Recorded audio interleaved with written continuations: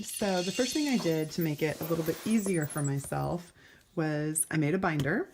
I printed the entire 60+ page handbook. So I printed this while I was student teaching, and I got the whole thing printed and hole punched. One of the things that I did that helped was I made tabs. Now these are just little sticky notes, but that'll work. Tasks. So I made a tab for task 1 and then the corresponding rubric for task 1.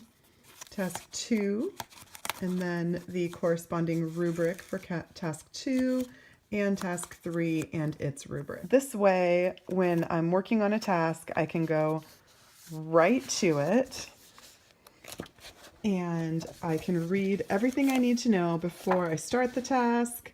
And then as I'm completing the task, I can flip right to the rubrics so that as I'm answering my questions, I can reference back to the rubric to see what it is that I need to include to get full points on each question. As you can see, there's multiple rubrics for every task. I think there's 18 rubrics total. What I did that I found particularly helpful was I also made a tab for my evidence chart. Pulled it out of its place in the handbook on page 47. I pulled it out of the handbook from page 47 and I moved it up to the very front of my notebook. What to submit for task 1. It's going to tell you what are the supported files. I suggest turning everything in a PDF, even though it says Word docs are accepted. It really slows down the upload process. PDFs are the way to go. It tells you the minimum and maximum number of files, tells you your page length, and everything in your TPA, or at least in mine, needed to be an Arial 11 point font with 1-inch margins on all sides. So you're going to see this for, there's part A of task 1, part B, part C, part D.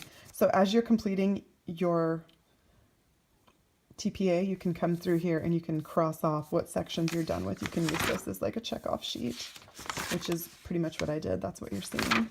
To streamline this process were that I created individual files for all of my relevant material.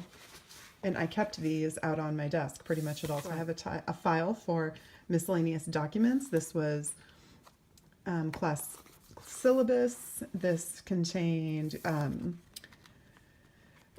kind of information that I thought might be relevant to the TPA. Miscellaneous supportive documents. I also made a file for commentary examples. This might be the most useful thing that I found in this whole process. So commentary examples are basically within task 1, 2, and 3, you can go online and you can Google examples of task 1, and you'll find a multitude of finished, completed examples that you can download and print and use for reference while you're completing yours. Example lesson plans, example task 1, example commentary for task 2, and I've highlighted things that I thought were interesting. File that I found useful, it's just I created a file for my student work. You're going to need to submit 3 different examples of student work, and because I taught this particular lesson in 2 classes, I collected everybody's from both classes and just kept it in here organized. My TPA was I downloaded a lot of things to my desktop. So the way I've done this was I did it right to the desktop so that I could easily access it, and I downloaded everything for task 1 here. So this is all task 1, this is task 2, and this is task 3. To me, that made the most sense to line them up on my desktop, 1, 2, 3, and to include each part of the task horizontally. There's A, B, C, D, E.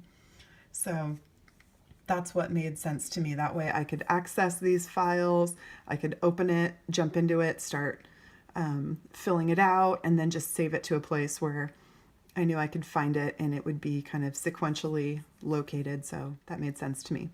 Another thing I will suggest too is that because I have already turned my TPA in, all the files that you see here are in PDF form because they were completed and done. I would suggest if you were to do something like this, keeping these files in Word so that you can get in there and you can, obviously you can change it at any time. And then the very last step before you upload is to transfer all of your Word files to PDF. So that's what I have here. And that was how I kept myself organized with the TPA.